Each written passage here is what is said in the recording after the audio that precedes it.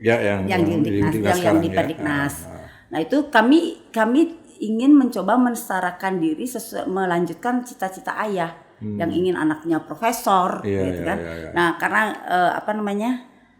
saat itu ayah tidak atau belum bisa lanjut untuk melanjutkan pendidikan anak-anaknya, ya jadi setelah tahun 2007 kami berpikir berempat ya harus mulai. Jadi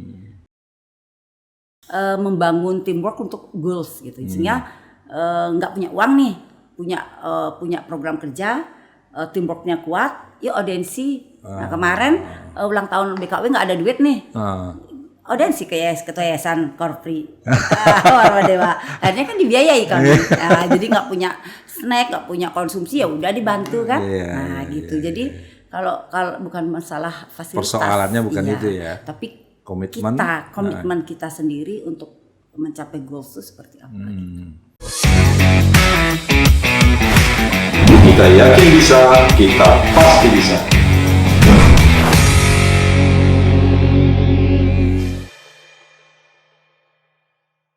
Halo sahabat weekend, kita ketemu lagi dalam obrolan santai tapi serius.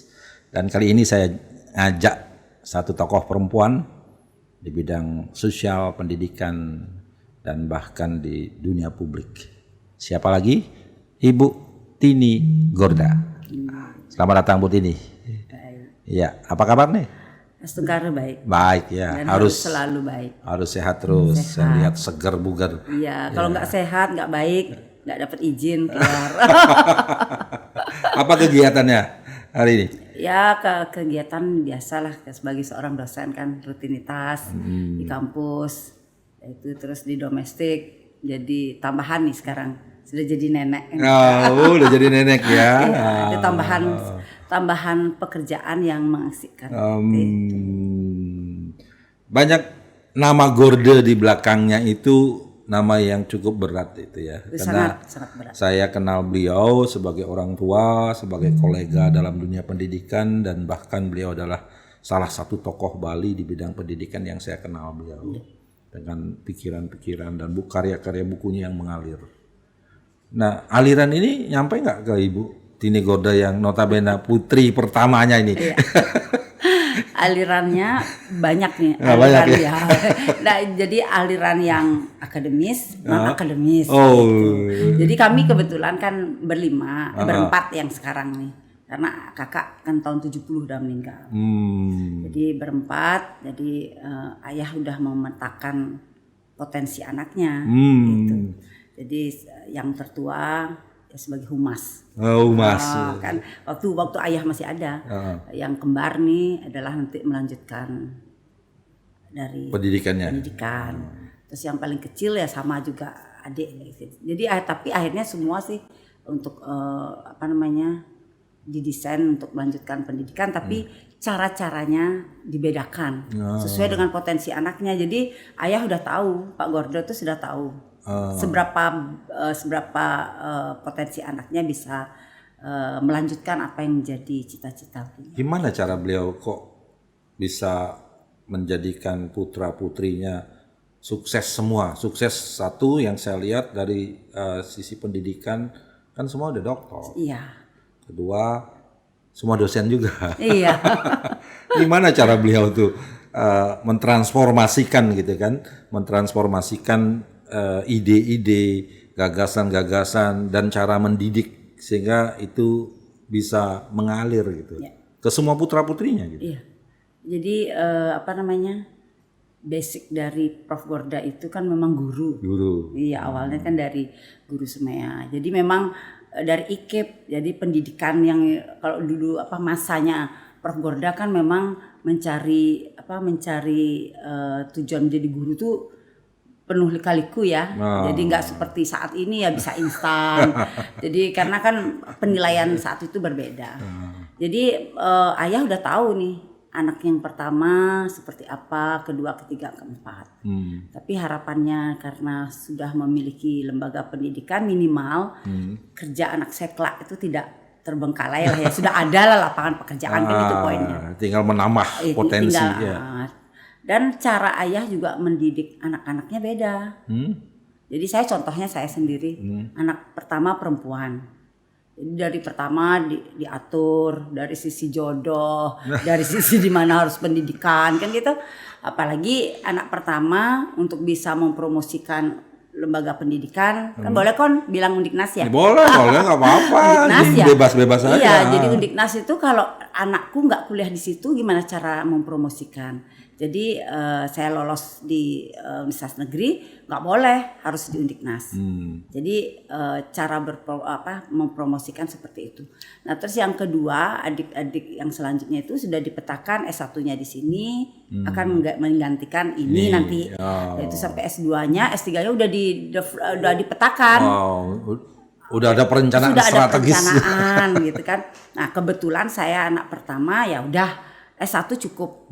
Nah itu kadang di pikiran dan tindakan yang egaliternya Pak Gorda ada sisi feodalisme juga. Masih ingin mempertahankan ruang yang harus ditempati oleh anak perempuan yang pertama gitu. Jadi harus domestik aja pikirannya gitu.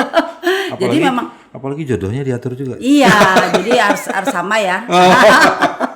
Jadi tapi kebetulan karena kelahiran di tahun 67 itu kan masa dimana anak itu tanda kutip takut ya sama orang tua. Masih ya, makanya tanda kutip.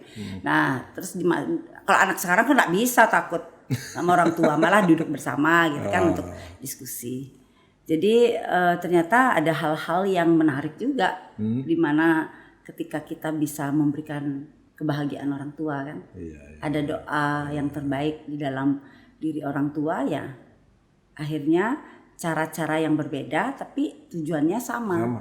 Nah, jadi ada yang saya mungkin di-develop oleh orang tua harus pakai sepeda. Kalau adik saya harus pakai sepeda motor, mobil gitu ya. Jadi tapi kan tetap itu transportasi itu disiapkan. Kenapa saya harus sepeda? Mungkin saja ya karena paling dari 4 bersaudara itu dari sisi intelektualnya mungkin karena anak pertama dan anak kedua yang belum ada pengalaman mungkin tidak terlalu ini ya dari sisi pendidikan. Nah itu dianggap pakai sepeda. Padahal ternyata jadi saya bilang dari sisi akademis dan non akademis itu ternyata dengan menggunakan teori yang pendekatan melibatkan secara semua totalitas potensi diri itu jauh lebih tough. Gitu. Ya artinya kita sudah diberikan kesempatan untuk mandiri kan. Iya, jadi urusan domestik diminta sama ayah itu ternyata justru itu yang menguatkan ketika kita di ruang publik. Gitu. Kalau ruang publik kan terbatas waktunya. Benar. Ada batasan dan jam 8 paling maksimal lah. Kalau lembur-lembur jam 6 sore pulang. Tapi kalau domestik kan 24 jam lebih. Artinya ketika sekarang Bu Gorda, Bu Tini ini dalam posisi lebih banyak porsinya saya lihat mengambil peran-peran publik. Kan baru kenalnya di saat saya ke publik ya. Iya makanya. Iya kan ya. Iya. Jadi karena itu kalau mau saya ingin bercerita tentang sejarah mengapa ke publik ya tahun 2007 di saat ayah meninggal itu ya mengharuskan mengambil peran itu anak tertua karena adik-adik kan sedang kuliah. Jadi saya ingin informasikan bahwa doktor yang dilahirkan oleh Prof. Gorda hanya satu. Adik saya Gong Oke. Oh gitu. Karena setelah itu meninggal, kami bertiga ini mendoktorkan untuk mensetarakan. Yang Oke itu yang nomor 4? Yang nomor 2. Dua setelah nomor saya. ya. Yang kembar ya? Yang kembar, yang pegang kampus di Singaraja. Ya. Jadi adiknya yang di Perdiknas. Nah itu kami ingin mencoba mensetarakan diri melanjutkan cita-cita ayah yang ingin anaknya profesor, gitu kan. Nah karena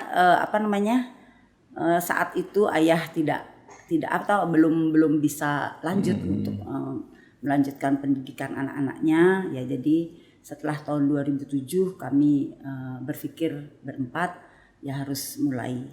Jadi Astungkare setelah ayah meninggal 3 dokter lahir. Ya, nah, itu. Jadi artinya mengalir kan, jadi mengalir tapi itu kan kepada kita penghormatan untuk bagaimana ayah di alam sana juga bahagia ya, Betul. karena cita-citanya sudah tercapai minimal untuk anaknya. Anak-anaknya.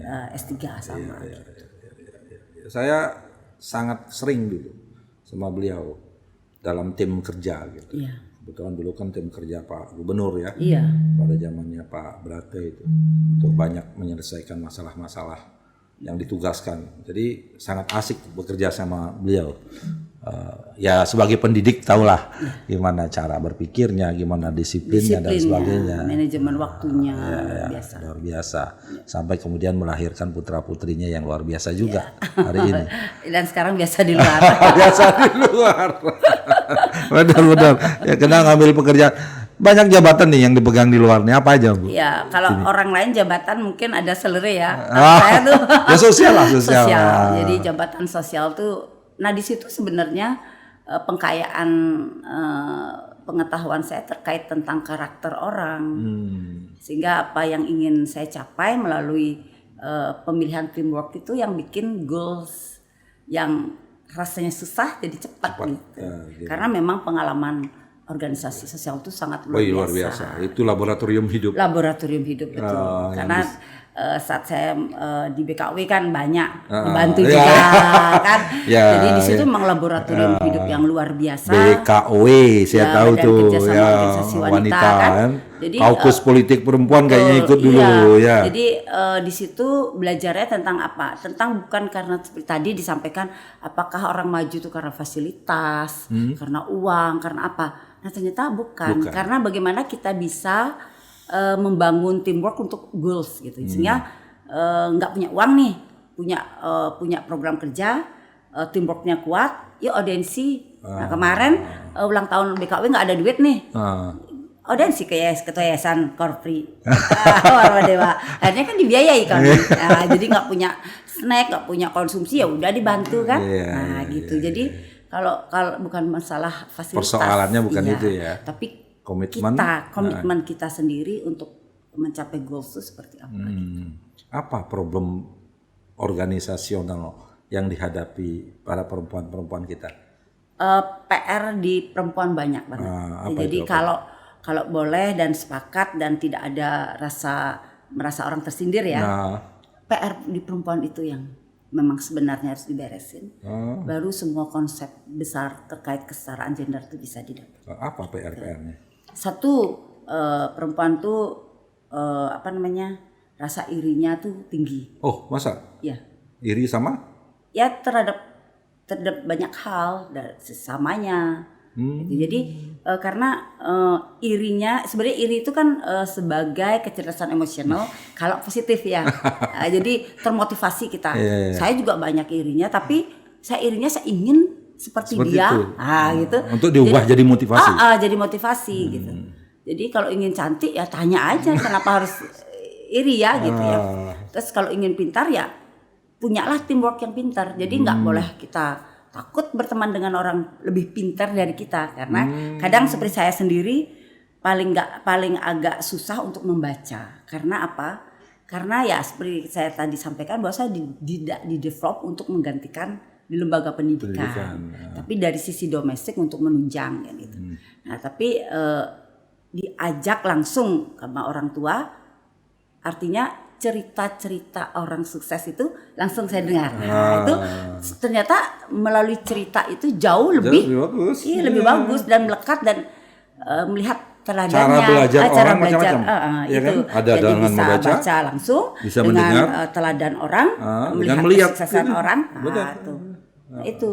Jadi kalau saja itu mau dilakukan oleh perempuan itu, jadi kerisauan, kegalauan setiap 5 tahun sekali dari sisi publik secara politik ya yang dilihat itu kuota 30% sepertinya sangat gampang didapatkan oleh perempuan itu. Karena apa? Data kan menyatakan bahwa lebih banyak perempuan nih. Ya benar. Ya benar, katakanlah benar. 51%. Gitu kan? 49% kan orang yang dilahirin perempuan. Betul.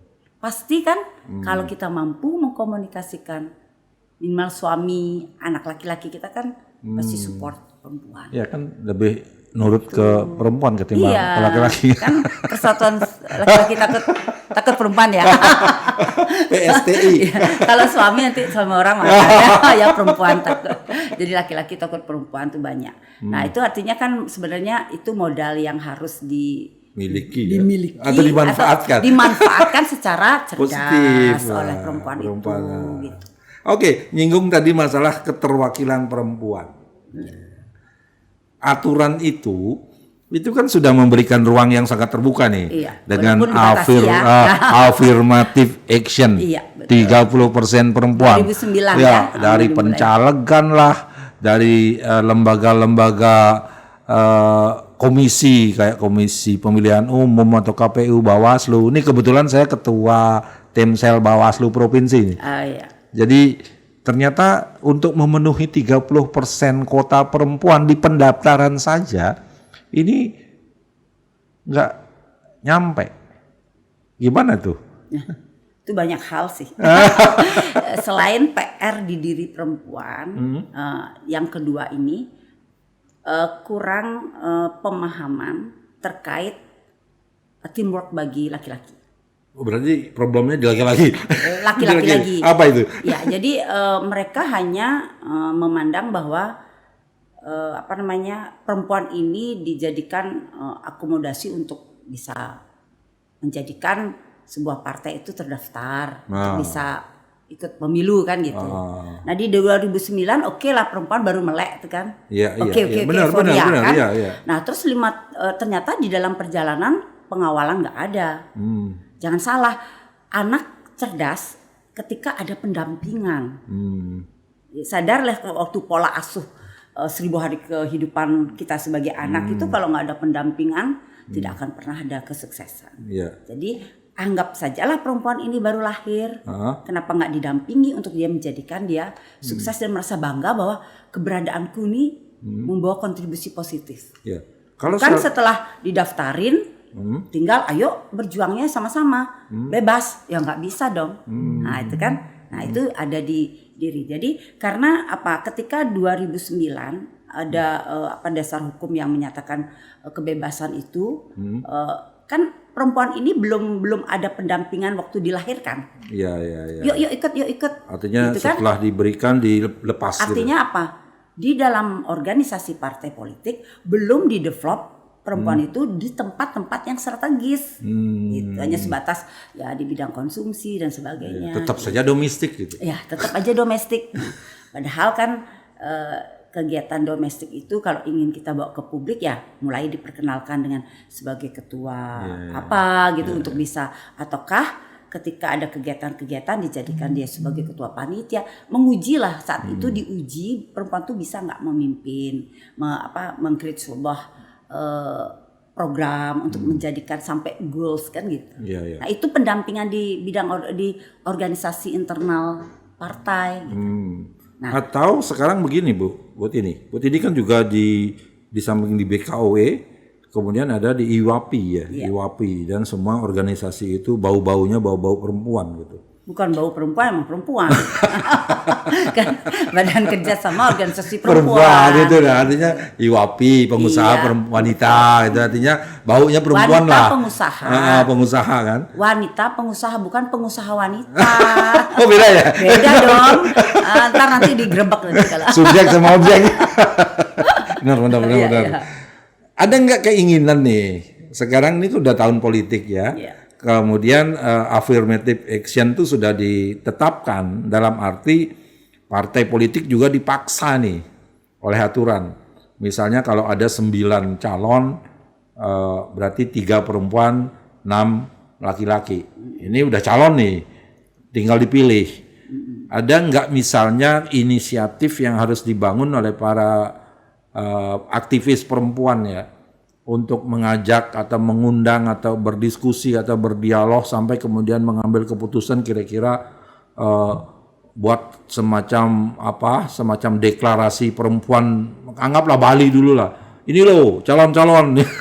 Ada nggak ke arah itu gitu loh? Kalau masih ingat, saya pernah undang. Iya pernah. Saya pernah ngomong itu kan. Iya, saya waktu pertama 2009 saya sudah walaupun saya tidak paham tentang politik, di situ sudah peran BKW itu adalah wadah untuk orang-orang yang hebat, benar, yang saya akan benar. tawarkan Iya, pada iya, partai. partai. Tapi partai nggak membuka diri. Gitu. Oh gitu. Karena apa? Karena kan mereka punya kepentingan masing-masing yang harus mengunggulkan. Nah sebenarnya harusnya berpikir kepentingan besar. Untuk menjadikan kuota 30% itu kan kata perempuan itu kan harusnya universal, bukan karena partai ABCD gitu. Jadi kalau memang merasa bahwa peran perempuan sangat dipentingkan di dalam di legislatif, ya harusnya support dulu gitu. Berarti inisiatif itu sudah pernah Kami ada. sudah lakukan setiap 5 tahun sekali, bahkan banyak rumor nih Gung Tini mau kemana. Saya udah konsepnya Gus Dur kok. Kemana-mana, ada di mana-mana tapi nggak kemana-mana. Jadi itu sebenarnya kan orang-orang bisa melihat ya background saya, bagaimana saya membesarkan lembaga pendidikan ayah itu harusnya nggak ada tanda sudah tidak ada kecurigaan sehingga interest lah gitu ya. Apa yang kami ingin coba untuk mengawal perempuan itu harusnya didukung dulu sehingga kami ini potensinya lebih maksimal keluar gitu.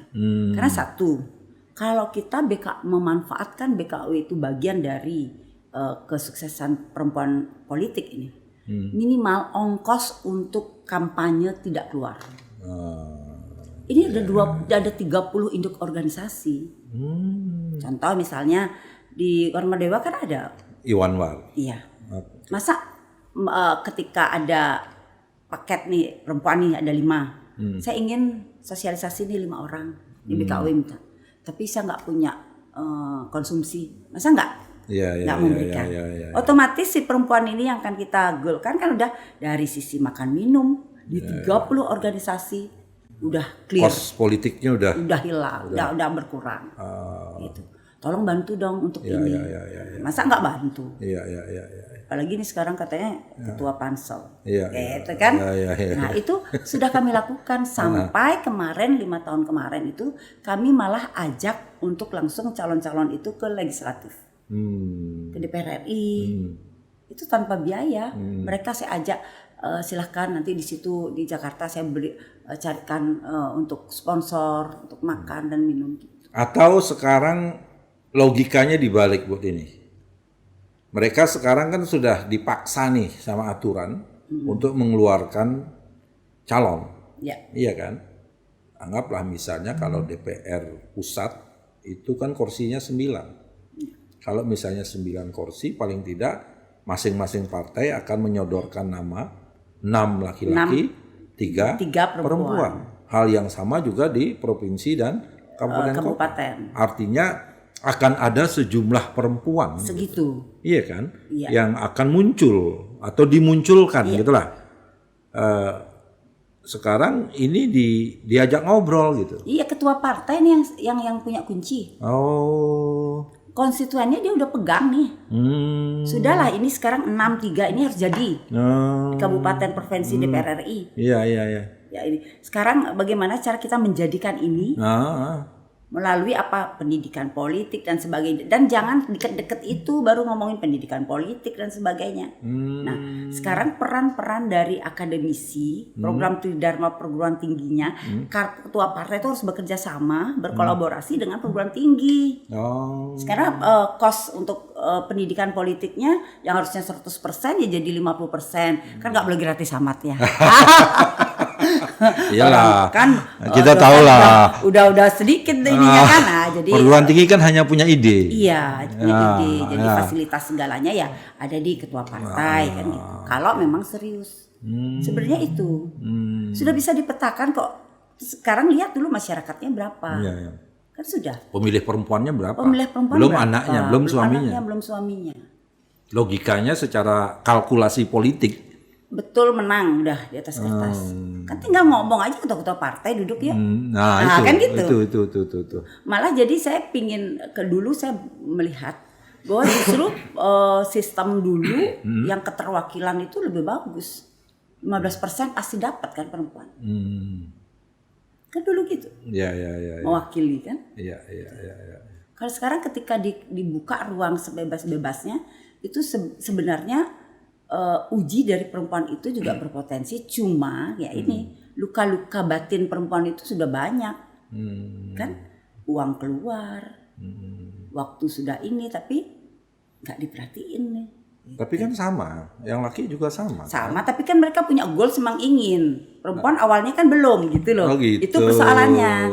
Nah makanya waktu 2009 sebenarnya momentum bagaimana partai itu menjadikan perempuan sebagai figur menang gitu loh. Sehingga diikutin oleh perempuan-perempuan yang lain. Sekarang kalau sampai memang tidak ada perempuan itu, mungkin mereka takut. Satu sisi uangnya mungkin kurang. Satu dibiarin kita. Nah, itu kan biasanya kan, itu kan uangnya bahaya. perempuan lebih banyak loh dari uangnya laki-laki. Kalau pas laki-lakinya nggak kepingin dia menjadi politik juga. Benar nggak uang perempuan lebih banyak dari uang laki-laki? Ya, kalau uang perempuan itu Uangku. uang suami itu adalah uangku adalah uangku. Benar gitu. Benar kalau nggak disembunyiin juga laki-lakinya di kantong yang lain. Laki-laki kan cerdas, udah sering ketiban gitu. Jadi itu ya, kemandirian ekonomi memang penting sekali bagi perempuan. Iya.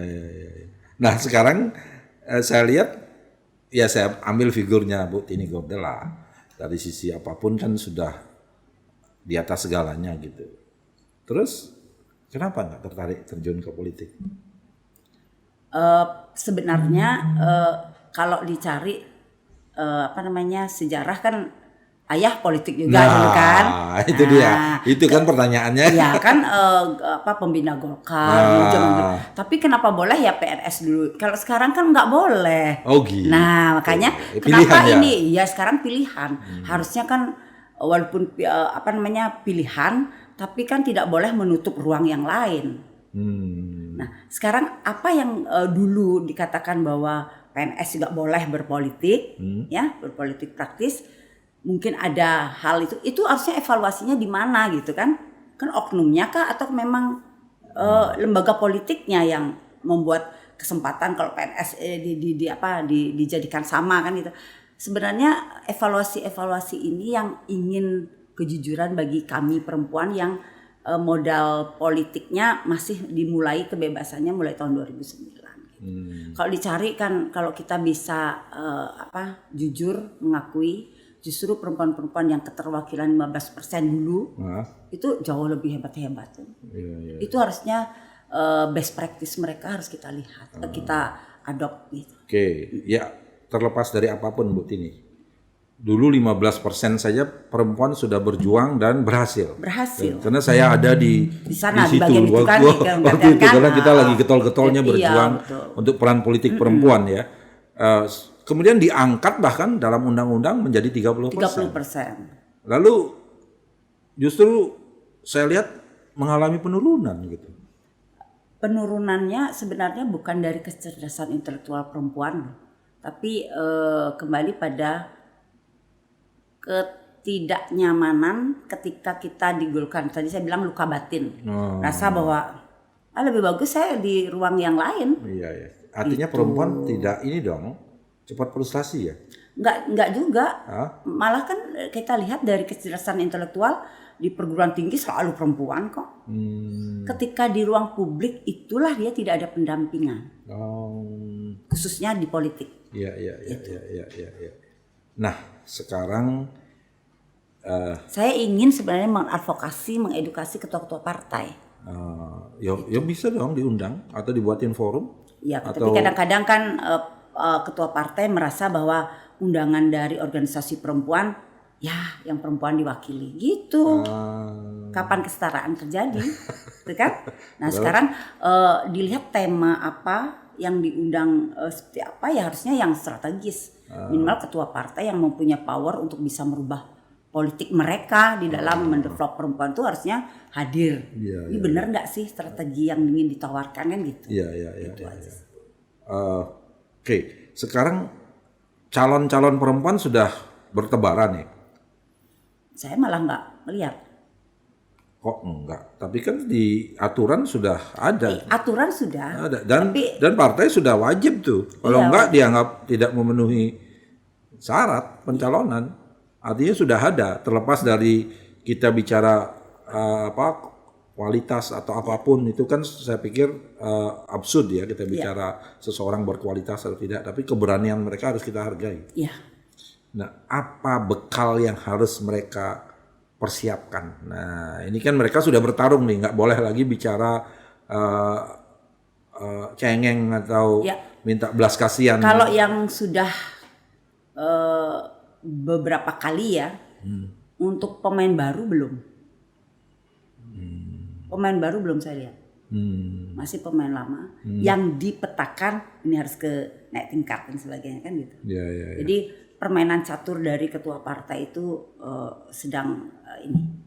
Jadi saya hanya berharap bahwa permainan catur dari ketua partai ini betul-betul disesuaikan dengan potensinya. Si catur itu. Iya. Biar nanti babak belur gitu kan. Kalau umpamanya yang harus ke DPR RI belum mampu karena memang ini harus agar diakomodir ada bisa pemain baru masuk di tingkat provinsi, di kabupaten ya. Itu lagi-lagi nanti akan menjadi presiden buruk bagi perempuan itu sendiri. Perempuan tetap jadi korban politik. Iya kan, banyak kan laki-laki 3 kali 4 kali nggak boleh dia pindah partai. Mau tetap di zona yang nyaman. Gitu. Nah, di samping itu dari sisi perempuan itu sendiri sekarang. Ini kita bicara sudah fight ini, fight nih. Kita nggak lagi bicara. Aja. Kolaborasi. Kolaborasi yang memang di diri perempuan politik itu hatinya ikhlas. Saya sangat berpengalaman 10 tahun mengawal BKW. Malah saya dibilang bahwa udah Bu Gung Tini jangan dukung itu, dia hanya baik di depan aja. Ketika nggak ada Bu Gung Tini kami nggak dianggap gitu. Nah itu 30 induk organisasi bicara seperti itu kan sepertinya ya bukan lagi subjektif, memang objektif. Jadi kata-kata yang mengatakan musuh terbesar perempuan adalah perempuan itu? Ya benar. Iya kan? Betul. Nah, gimana mau bertarung di Iya makanya itu lagi memanfaatkan gitu. Laki-laki. Ini laki-laki benar-benar dia yang ini bermain di situ. Gitu, ya. Jadi dia tahu perempuan itu ini. Karena apa? Pertama ketika contoh saya sendiri, setiap mau pemilu, semua, ayo Bu Gung, maju, saya akan dukung. Suara saya sekian. Orang saya sudah pengalaman 10 tahun, 3 kali mengawal perempuan. Ketika saya sodorkan, maaf saya nggak boleh berpolitik. Gitu. Jadi kesempatan saya untuk menawarkan atau melihat memperkenalkan calon-calon kami itu nggak bisa. Nah itu artinya ya tetap kembali perempuan itu nggak support perempuan. Sudah banyak kan jargonnya perempuan dukung perempuan, perempuan pilih perempuan. Kita lihat persentasenya boleh sebuah program itu bagus, tapi kita lihat hasil kan. Nah dia itu dalam proses untuk menuju hasil teamwork ini dibangun nggak? Nah itu. Iya. Ya kita harus jujur. Kalau kita nggak mau jujur dan terbuka dan mengakui, nggak akan selesai. Iya. Dokter sehebat apapun nggak akan pernah bisa menyelesaikan penyakit kita apabila kita sendiri tidak bercerita tentang penyakit kita itu. Apa. Iya. Nah, dokter nggak sakti itu. Iya benar. Dia saktinya karena kita yang ngeluh, gitu kan? Iya. Bukan cari ngeluh ya. Keluhannya apa? Nah, terus ditanya. Selama seminggu apa yang dimakan? Nah, itu kan masih observasi baru diingat bahwa ini literatur ini mengatakan ini kalau begini kan gitu. Iya. Itu. Perempuan itu harus menyatakan bahwa saya kekurangannya di sini. Ada saran yang ingin disampaikan untuk para perempuan kita? Ya, jadi keterbukaan untuk berkolaborasi. Terus keikhlasan untuk berkolaborasi. Keterbukaan, keikhlasan kuncinya sukses. Iya. Ikhlas dan terbuka. Iya, terbuka. Biar kita enak membantu kan. Gitu. Lu kurangnya di mana? Oke. Kan kita patungan, ayo gitu. Benar. Betul kan? Nah, itu jangan pura-pura ingin dibantu, gengsi kok nggak ada apa-apanya nih Bu Tini, pura-pura aja mau buat programnya gini, tapi apa bantu? Lah kan tidak harus uang saya bantu. Iya. Kan gitu. Iya. Jangan kesempatan. Oke. Ya, ternyata kunci suksesnya ikhlas dan terbuka. Saya ikhlas 2007 menggantikan ayah, jadi dibantu oleh teman-teman gitu. Oke, Bu Gung Tini Gorda. Jadi pembicaraan yang sangat hangat dan itulah aliran dari Pak Prof Gorda yang beliau sampaikan tadi. Sahabat Weekend, demikian ngobrol santai kita hari ini. Jumpa lagi dalam kesempatan yang lain. Bye bye. Yeah. Okay. Thank you. Sip.